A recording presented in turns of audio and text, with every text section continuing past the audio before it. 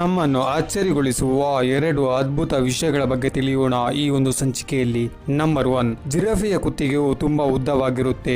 ಯಾವುದಾದ್ರೂ ಮರದ ಮೇಲೆ ಇರುವ ಎಲೆಗಳನ್ನು ತಿನ್ನಬೇಕೆಂದ್ರೆ ಈಸಿಯಾಗಿ ತಿನ್ನಬಲ್ಲವು. ಆದ್ರೆ ಇದು ನೆಲದ ಮೇಲೆ ಬೆಳೆಯುವ ಗರಿಕೆಯನ್ನು ಯಾವ ರೀತಿ ತಿನ್ನುತ್ತೆ, ನೀವು ಯಾವತ್ತಾದ್ರೂ ನೋಡಿದ್ದೀರಾ? ಹಾಗಾದ್ರೆ ನೋಡಿ. ತುಂಬಾ ವಿಚಿತ್ರವಾಗಿ ತನ್ನ ಕಾಲುಗಳನ್ನು ಚಾಚಿ ವಾಟರ್ನ ಮತ್ತು ಮೇವನ್ನ ತಿನ್ನುತ್ತೆ. ಇನ್ನೊಂದು ಫ್ಯಾಕ್ಟ್ ಏನೆಂದ್ರೆ, ನಮಗೆ ಒಬ್ಬೊಬ್ಬರಿಗೆ ಒಂದೊಂದು ಯೂನಿಕ್ ಫಿಂಗರ್ ಪ್ರಿಂಟ್ ಇರುತ್ತೆ. ಹಾಗೆ ಜಿರಾಫೆಗಳ ದೇಹದ ಮೇಲೆ ಇರುವ ಚರ್ಮದ ಪ್ಯಾಟರ್ನ್ಸ್ ಕೂಡ ಒಂದೊಂದು ಜಿರಾಫೆಗೆ ಒಂದೊಂದು ರೀತಿಯಲ್ಲಿ ಇರುತ್ತೆ. ಅಂಡ್ ಇದು ಇದರ ಜೀವನದಲ್ಲಿ ಆಲ್ಮೋಸ್ಟ್ ಇಡೀ ಜೀವನ ನಿಂತುಕೊಂಡೇ ಇರ್ತವೆ. ಹಾಗೆ ಇವು ನಿಂತುಕೊಂಡೇ ನಿದ್ದೆ ಸಹ ಮಾಡ್ತವೆ.